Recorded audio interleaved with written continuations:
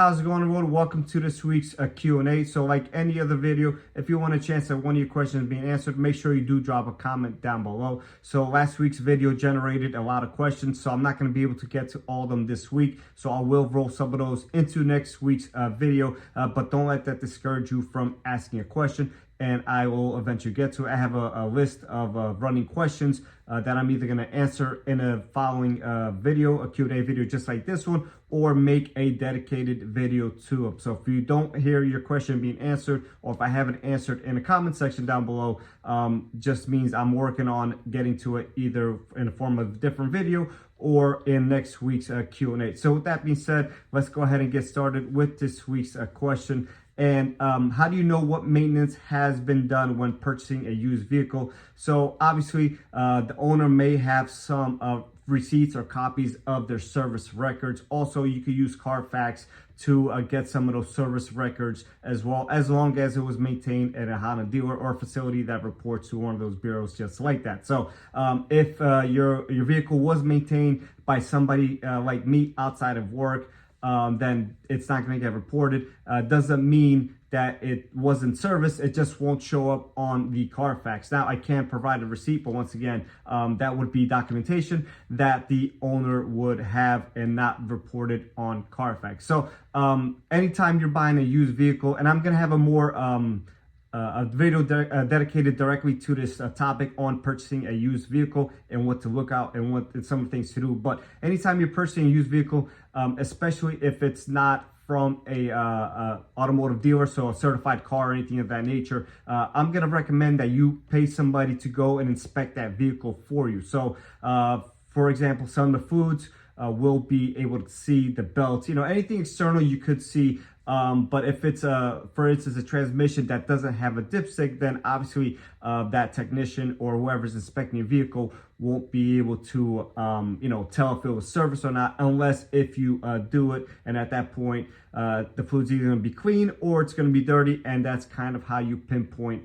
you know, that situation. So it really depends. Hopefully, if you're purchasing a vehicle and it's a bigger investment, the person that you're purchasing from has some sort of documentation along with a Carfax report or something along those lines. If it's something for $2 or $3 grand, then, you know, it's obviously going to need some maintenance regardless. So you should do your due diligence, hire somebody to check it over that knows what they're looking at, and proceed from there. So hopefully that answers the question for you. So this next video is dedicated to the TLX Type S, or this question I should say. And I did make a video kind of on this scenario, but I will answer it here anyways, and how to deal with mods and boost cuts and weather situations, just, you know, things of that nature. So if you're in a cold weather state and you are flashed, you're probably going to want to stick to flash 1.2, which is the most handicapped flash available for the car currently at this time. And by handicap, I mean there is some power pulled from the mid-range to avoid a boost cut scenario.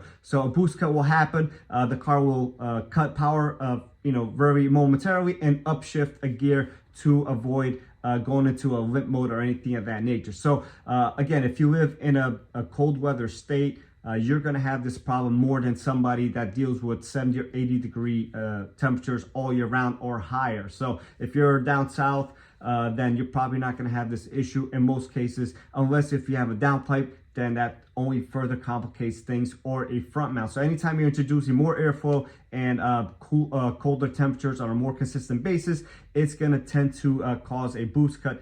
And this is where the 1.2 flash comes in. And I've had my car into the mid 20 degrees Fahrenheit temperatures with the downpipe, with the front mount, with the 1.2, and it hasn't boost cut 95% of the times. Randomly, it'll do one or two, but not, you know, on a consistent basis. I'm actually working on a video. I'm back on Stock Cat, and I'm doing some testing. So I'm going to have a video on some of that and more, you know, depth further down the line, probably in a couple weeks. So make sure you do stay tuned for that. And again, I do have a video on a TLX Type S and K-Tuner. If you want to relate to that, I'll link it in the description down below, and you could just, you know, piggyback off of that and what I say on that. So hopefully that answers the question for you.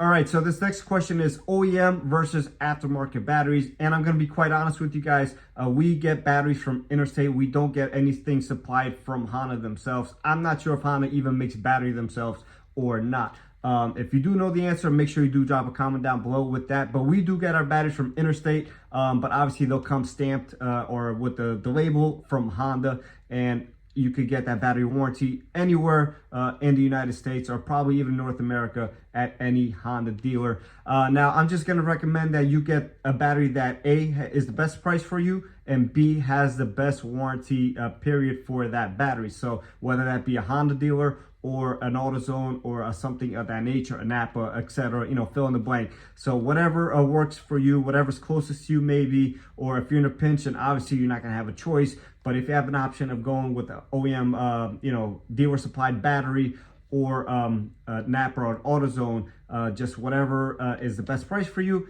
and whatever has the best warranty, you know, for that battery. So hopefully that answers the question for you. All right, so the next question is there an OEM remote option for the 10th gen Accords without breaking the bank? And yes, there is. You can use an EX or EXL Touring remote key fob for the lower trim vehicles. Now, the car is already capable of having the remote start feature. They just didn't provide the customer with the remote fob. So if you get one from a higher trim, you simply go to your Honda dealer or a locksmith, get it programmed to your LX or Sport, for instance, let's say, and it will remote start. I've done it plenty of times, probably 30, 40 times already, and it works every single time. Now, I don't like the OEM option accessory. I think it's real clunky and real expensive. So this is a fraction of the price and works just like it would on a EX, EXL Touring, etc. So definitely an option for you 10th gen Accord guys, with the exception of